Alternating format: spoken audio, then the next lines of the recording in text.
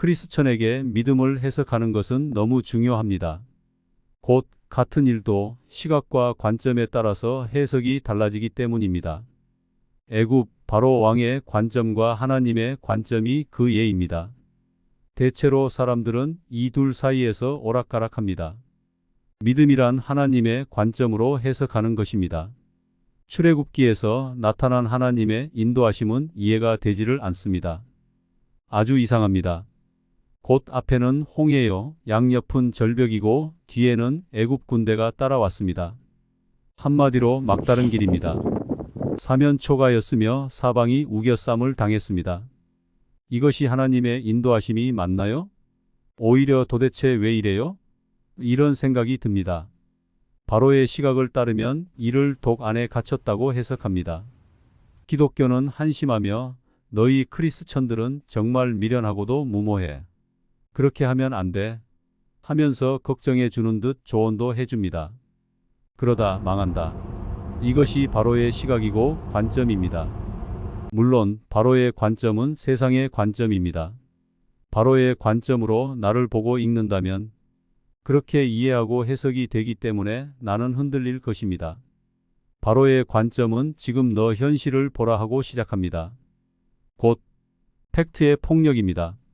현실만큼 더 강한 압박은 없습니다. 만일 지금의 상황을 현실로 읽는다면 불안과 염려와 두려움 그리고 불신앙이 엄습해 올 것입니다. 그 불안은 하나님 없이 미래를 상상한 결과물입니다.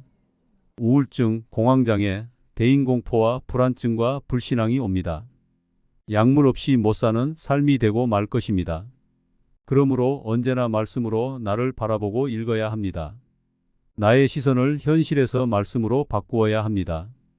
내 힘으로 할 수 없는 것은 신뢰하는 것입니다. 곧 신뢰는 맡김이므로 맡기면 하나님이 일하십니다. 그래서 홍해 앞에서 가만히 있으라고 하신 것입니다. 그리고 하나님의 구원을 보라고 말씀합니다. 순종의 핵심은 내가 행동하는 것입니다. 신뢰는 하나님을 향한 행동이 핵심입니다. 하나님께서 일하시면 나의 생각, 나의 상상을 뛰어넘습니다. 내 길, 내 생각은 너의 길, 너의 생각을 뛰어넘느니라. 주님 말씀입니다. 전적으로 말씀을 신뢰하면 구원이 임합니다. 기적이 임하고 승리가 임합니다. 그리스도의 길과 말씀의 길은 알고 가는 것이 아닙니다. 믿고 가는 길입니다. 믿고 맡길 때 누구도 상상 못한 홍해 바닷길이 열렸습니다. 홍해의 길은 내가 모르던 길이었습니다. 보이는 현실의 위기가 올 때 보이지 않는 하나님을 바라볼 것입니다. 홍해의 길이 열릴 것입니다. 언제 이런 일이 일어납니까? 하나님 품에서 죽고자 할 때입니다. 누구나 한번 죽는 인생, 주 안에서 죽을 것입니다. 그것이 복입니다. 다니엘의 세 친구는 주 안에서 죽으려 했습니다. 물론 안 죽고 풀무불에서 걸어 나왔습니다. 에스더는 죽으면 죽으리라 하고 뛰어들었습니다. 그때 모든 상황이 뒤집히는 역전이 일어났습니다. 나는 죽고 예수로 사는 이에게 홍해의 길이 열립니다. 주께 믿고 맡기면 과거의 굴레를 깨끗이 덮어버립니다. 홍해로 인도하신 가장 큰 목적이 바로 이것입니다. 곧 애굽 군대를 전멸시키는 것입니다. 이스라엘은 광야 생활 내내 후방 걱정은 단 한 번도 없었습니다.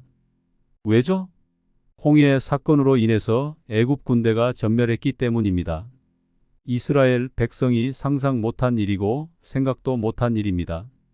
주님께 믿고 맡기면 주님께서 잠재 위험을 완전히 제거해 주십니다. 세상이 날 쫓아오지 못하게 할 것입니다. 다시는 바로의 군대를 볼 이유가 없었습니다. 과거가 미래에 영향을 미치지 못합니다. 믿고 맡기면 주님이 다 이루실 것입니다. 정리해 보겠습니다. 바로의 관점으로 나를 읽으면 나는 계속 무너질 것입니다. 불안, 두려움으로 멘탈에 붕괴가 올 것입니다. 그리스도인으로서 사람 노릇 못하며 살게 됩니다. 대신 말씀으로 나를 읽으면 구원이 임합니다. 내 인생의 상상도 못하고 생각도 못하던 홍해 길의 잠재 위험을 제거하는 구원의 실체를 보게 될 것입니다. 세상이 날 흔들고 떠드는 소리와 생각에 눈과 귀를 닫을 것입니다. 그러므로 말씀의 길을 걸을 것입니다. 나의 인생이 흥분되고 날마다 은혜에 놀라는 기막힌 복된 인생이 될 것을 믿습니다. 할렐루야. 아멘.